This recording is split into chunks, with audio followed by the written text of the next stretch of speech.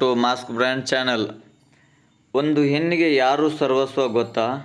ಹೃದಯ ಸ್ಪರ್ಶಿ ಸುಂದರ ಕತೆ. ಹೆಂಡತಿ ಇಬ್ಬರು ಸಾಫ್ಟ್ವೇರ್ ಉದ್ಯೋಗಿಗಳು. ಎಂದಿನಂತೆ ಆ ದಿನ ಕೂಡ ಆಫೀಸ್ಗೆ ಹೋದರು. ಅದೇ ದಿನ ಆಫೀಸ್ನಲ್ಲಿ ಪರ್ಸನಾಲಿಟಿ ಡೆವಲಪ್ಮೆಂಟ್ ಕ್ಲಾಸನ್ನು ಇಟ್ಟುಕೊಂಡಿದ್ದರು. ಅದರಲ್ಲಿ ಈ ದಂಪತಿಗಳು ಸಹಭಾಗವಹಿಸಿದ್ದರು. ಟ್ರೈನರ್ ಪರ್ಸನಾಲಿಟಿ ಡೆವಲಪ್ಮೆಂಟ್ ಕ್ಲಾಸ್ ಪ್ರಾರಂಭಿಸಿದರು. ಪ್ರಾಕ್ಟಿಕಲ್ ಆಗಿ ಏನೋ ಹೇಳಬೇಕೆಂದುಕೊಂಡನು. ಆ ಗಂಡ ಹೆಂಡತಿ ಎಲ್ಲಿ ಒಬ್ಬರಿಗೆ ಬರಲು ತಿಳಿಸಿದನು. ಹೆಂಡತಿ ಹೋದಳು. ಆಕೆ ಕೈಗೆ ಚಾಕ್ ಪೀಸ್ ಕೊಟ್ಟು ನಿಮಗೆ ತುಂಬ ಇಷ್ಟವಾದ 30 ಹೆಸರುಗಳನ್ನು ಬೋರ್ಡ್ ಮೇಲೆ ಬರೆಯಲು ತಿಳಿಸಿದನು. ತಕ್ಷಣ ತನಗೆ ಬೇಕಾದವರು ಸ್ನೇಹಿತರನ್ನು ನೆನಪಿಸಿಕೊಂಡು 30 ಹೆಸರುಗಳನ್ನು ಬೋರ್ಡ್ ಮೇಲೆ ಬರೆದರು. ಗುಡ್, ಈಗ ಬರೆದವುಗಳಿಂದ 20 ಹೆಸರುಗಳನ್ನು ಅಳಿಸಿ ಎಂದು ಹೇಳಿದ. ದಯವಿಟ್ಟು ಈ ಕತೆ ನಿಮಗೆ ಇಷ್ಟವಾದರೆ ನಿಮ್ಮ ಫ್ರೆಂಡ್ಸ್ಗೂ ಕೂಡ ಶೇರ್ ಮಾಡಿ, ಲೈಕ್ ಮಾಡಿ, ಸಬ್ಸ್ಕ್ರೈಬ್ ಮಾಡಿ, ಅದರ ಜೊತೆ ಚಾನಲ್ ಮಾಡಿ.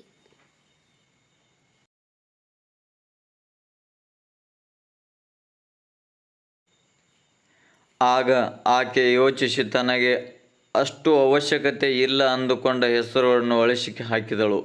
ಮತ್ತೆ 6 ಹೆಸರುಗಳನ್ನು ಅಳಿಸಲು ಹೇಳಿದ. ಈ ಸರಿ ತುಂಬ ಯೋಚಿಸಿ 6 ಹೆಸರುಗಳನ್ನು ಅಳಿಸಿದಳು.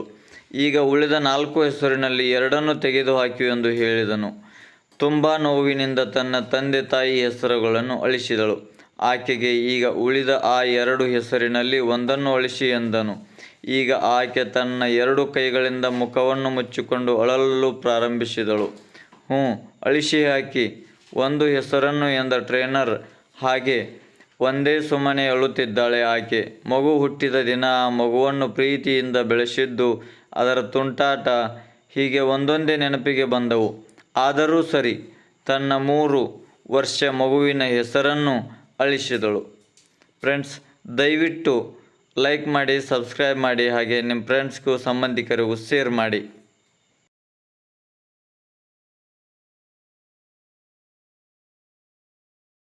ಈಗ ಬೋರ್ಡ್ ಮೇಲೆ 1 ಹೆಸರು ಮಾತ್ರ ಉಳಿದಿದೆ.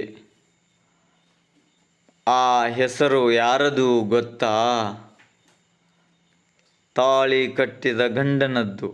ಆಗ ಟ್ರೇನರ್ ಹೇಳಿದ, ಗಂಡ ಹೆಂಡತಿಯ ಅನುಬಂಧ, ಅನುರಾಗ ಹೀಗೇ ಇರುತ್ತದೆ. ಜನ್ಮ ಕೊಟ್ಟು ಬೆಳೆಸಿದ ತಂದೆ ತಾಯಿಯನ್ನು, ತನ್ನ ಮಗುವನ್ನು ಬಿಟ್ಟು ಗಂಡನ ಹೆಸರನ್ನು ಹಾಗೇ ಉಳಿಸಿದಳು. ಯಾಕೆಂದರೆ ಕೊನೆಯವರೆಗೂ ಒಬ್ಬರಿಗೊಬ್ಬರು ಆಸರೆಯಾಗಿರುವುದು ಇರುವುದು ಅವರಿಬ್ಬರೇ ಎಂದು ಹೇಳಿದ ಟ್ರೇನರ್.